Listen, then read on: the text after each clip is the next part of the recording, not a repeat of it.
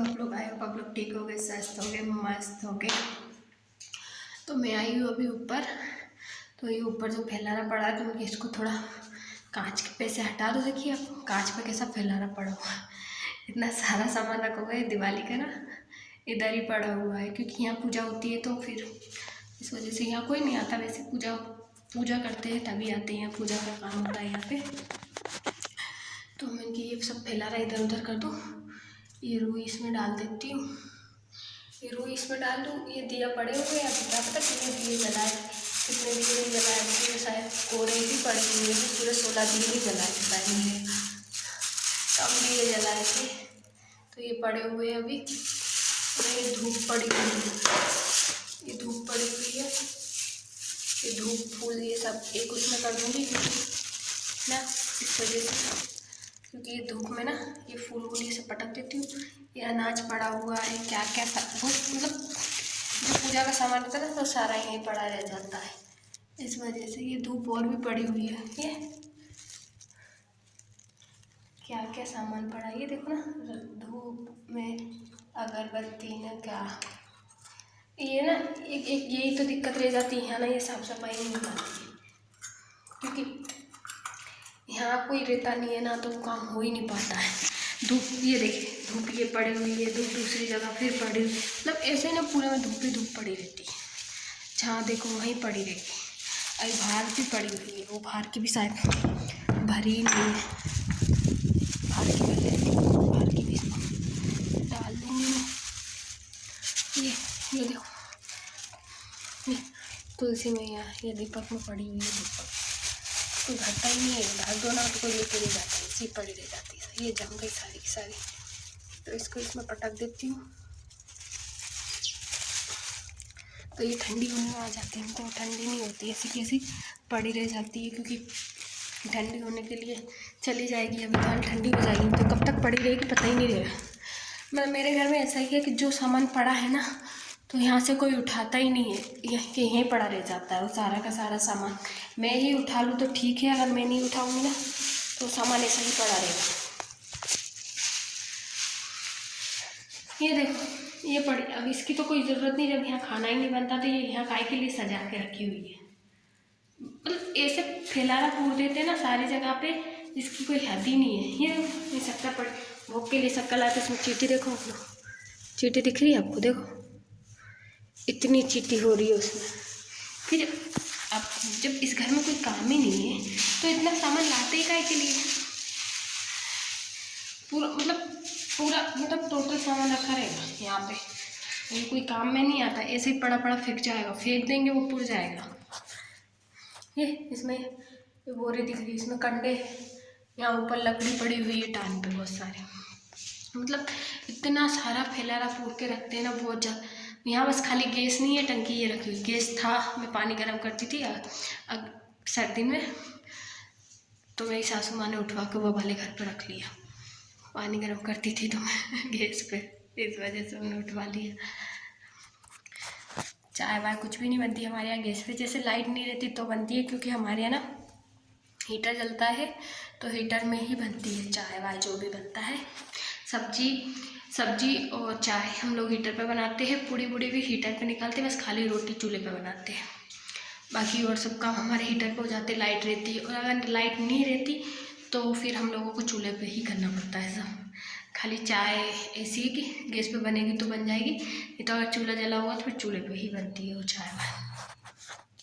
अभी उस दिन दिवाली की साफ़ सफाई करी थी, इसको निकाल लिया था कि इसको उसमें रख लूँगी, बेड में पटक दूँगी। उसमें सब्जी वब्जी कुछ भी नहीं रख रहे, वो फालतू पड़ी हुई है। इतनी धूल चढ़ जाती है ना, उनको फालतू में मारते हो। जब नया है उसको यूज़ ही नहीं करा तो काहे के लिए फिर उसको वेस्ट करो अपन, उससे अच्छा अपन रख दो ना, ख़राब होने से अच्छा। मतलब ऐसा है इस घर में जो चीज़ निकल गई ना वो चीज़ रखाती कभी भी नहीं है, ऐसी ही पड़ी रहेगी, उठाएगा कोई भी नहीं उस चीज़ को। अगर तुम नहीं कर सकते ना तो कोई करेगा ही नहीं उस चीज़ को। सही बोल रही हूँ, मेरे को ना बहुत गुस्सा आती है। अरे एक जने के भरोसे भी इंसान कब तक रहे यार, एक के भरोसे ही रहते हो आप लोग। कुछ काम करने का ही नहीं है कि हाँ थोड़ा बहुत हम भी करवा दे तो हाँ जल्दी हो जाएगा ऐसा वैसा, पर कोई मतलब नहीं है किसी को यहाँ।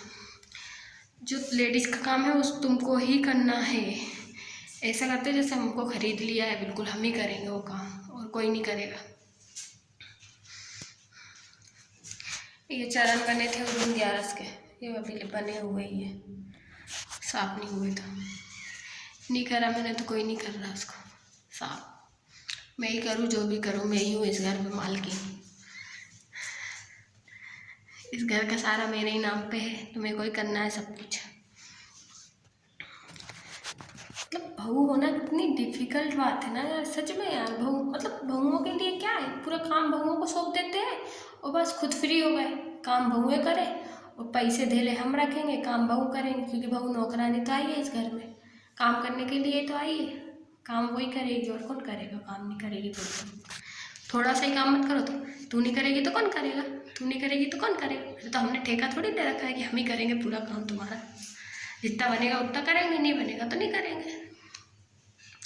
पर हर घर का यही मैटर है, बहू आ गई ना तो ऐसे काम छोड़ देते हैं जैसे कि बहू ही करेगी, क्योंकि बहू के बाप ने गिना लिए ना, इसलिए बहू के लिए छोड़ देते। पूरा काम A to Z बहू का नाम पे है, बहू करेगी पूरा काम और कोई नहीं कर सकता, कोई हाथ ही नहीं लगाएगा उस काम को बहू के सिवा, क्योंकि बहू का काम है और किसी का काम नहीं है। वो खाना बहू का है, गोबर पानी बहू का है, सब बहू का है, बस बाकी सब मालिक हैं इस घर के। बाकी बहू की बहुएं नौकरानी आती हैं कि बहुएं करे सारा काम।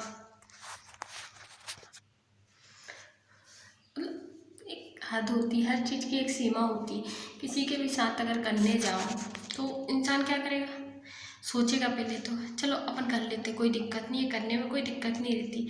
बट उसके बाद भी तुमको जो रिस्पेक्ट मिलनी चाहिए वो नहीं मिलती, तो फिर थोड़ा मन में लगता है ना कि हम पूरा काम करते हैं उसके बाद भी हमारी कोई वैल्यू ही नहीं है। बस ये प्रॉब्लम रहती है और कोई भी प्रॉब्लम नहीं रहती है। हमारी भी तो वैल्यू करो यार, हम भी इंसान हैं। जब इतना कर रहे हैं हम, तो थोड़ा बहुत रिस्पॉन्स हमारे लिए भी रहना चाहिए ना आप लोगों का, कि क्या ज़रूरत है तुम्हारी, क्या चाहिए तुमको। ये तो कोई मैटर ही नहीं करता है, कोई मतलब ही नहीं है। जैसा हम कहेंगे वैसा ही होगा, जो हम बनवाएंगे वही तुमको खाना है। ये तो कोई बात नहीं होती है। मतलब हर फैमिली में ऐसा होता क्यों है यार, मेरे को ये समझ नहीं है। हर मतलब कहीं भी अपन चले जाओ, जो सास है ना वो अपनी सासगिरी बताए बिना तो रहती ही नहीं है। कहीं भी दुनिया में कहीं भी चले जाओ अपन, जो सास की अकड़ है ना वो कभी नपती ही नहीं है, अकड़ में ही रहती है वो तो अपने आप। ऐसा कैसा यार, तुम्हारी अकड़ को तुम्हारे संभाल के रखो ना यार। अकड़ है तो इसका मतलब ये थोड़ी तुम हमको दिखाओगी वो अकड़। और अगर जब बहुएं अपनी अकड़ दिखाना स्टार्ट कर देती ना, उसके आगे फिर किसी की नहीं चलती है, सब एक कोने में रह जाते हैं। जब बहुएं अपनी अकड़ पे आ जाती, बहुएं ये सोच के चलती है कि चलो हाँ ठीक है यार, माँ समाज है, माँ मान के आते हैं ना अपन तो घर में, इस वजह से अपन सोचते चलो यार माँ समान। अगर वो माने नहीं माने तो उसके बाद भी अपन यही सोचते चलो यार माँ समान है यार, रहने दो कोई बात नहीं, बुजुर्ग है, ये बात अपन सोच लेते। पर जब उसके बाद भी अगर रिस्पॉन्स अपन को वो ही मिलेगा उसके बाद भी, तो फिर थोड़ी बहुत तो गुस्सा आए, हर किसी को आ जाती, कोई भी इंसान हो। ऐसा नहीं है किसी को गुस्सा नहीं आती, हर किसी को आती है गुस्सा। तो बस ये है कि कोई बोल देता है गुस्से में, कोई नहीं बोलता, कोई ये सोचता है कि हाँ भाई चलो यार। गुस्से का घूंट ऐसा पी लेते ना जैसे जहर पी रहे हो हम लोग। सच में हम लेडीज़ों में इतनी सहन शक्ति है ना, पराए घर में आके रहना और उन लोगों की चार बातें सुनना बहुत वो रहता है हम लोगों को। उनकी चार बातें सुन के उसके बाद भी हम उनसे अच्छे से ही बात करते हैं, और वो गलत होकर भी हमको अकड़ दिखाती है और हम अच्छे होकर भी नप जाते हैं। ये हम लेडीज़ों की पहचान रहती है। बहुत ज़्यादा ही हम लोगों को बहुत कुछ सहना पड़ता है, क्योंकि पराए घर से आए रहते हैं। तो हमारा तो कोई घर ही नहीं रहता यार, वहाँ जाओ तो मायका, यहाँ आओ तो ससुराल। हम कहाँ के, हम तो बीच में अटके हैं, हमारा कोई घर नहीं है। मायके में भी जाओ तो मायके में भौजाइयाँ आ जाती हैं, भौजाइयाँ मतलब भाभी आ जाती, तो वो बोलती ये तो हमारा घर है, तुम तुम्हारे घर जाओ। अब हमारा कोई घर ही हो तो हम जाए ना, हमारा कोई घर ही नहीं रहता तो हम जाए कहाँ भाई। बहुत डिफ़िकल्ट है लेडीज़ों के लिए, तो इतना डिफ़िकल्ट बनाया है ना भगवान ने। लड़कों का अच्छा है, कम से कम उनका घर नहीं छूटता है, तो ऐसे ही लड़कियों के लिए भी कुछ बना देता भगवान कि उनका घर नहीं छूटे। ऐसा हो जा मतलब परमानेंट के लिए नहीं होता, तो कम से कम ऐसा तो बना देता कि 2 महीने तुम ससुराल में रहोगे तो 2 महीने तुम्हारा हस्बैंड भी आके तुम्हारे मायके में रहेगा। इतना रूल कर देता तो हस्बैंडों को भी समझ में आ जाती कि हाँ बीवी की वैल्यू करनी चाहिए कि ऐसा होता है ससुराल में रहना और किसी के ताने सुनना, उसके बाद भी वो ताने का घूंट पी जाना, कितना वो रहता है, ऐसा रहता है। लेडीज़ों की लाइफ ठीक है यार, क्या कर सकते हैं, जो भगवान ने बनाया है, जो लिखा है वो तो होना ही है, निभाना ही पड़ता है, क्योंकि माँ बाप की रखनी है लाज तो निभाओ, नहीं तो छोड़ दो, और क्या है, यही ऑप्शन रहता है हम लोगों के पास। तो प्लीज़ मुझे सपोर्ट करिए। आप लोगों को मेरा ब्लॉग अच्छा लगे तो लाइक कीजिए, शेयर कीजिए, कमेंट कीजिए और सब्सक्राइब कीजिए। राधे राधे।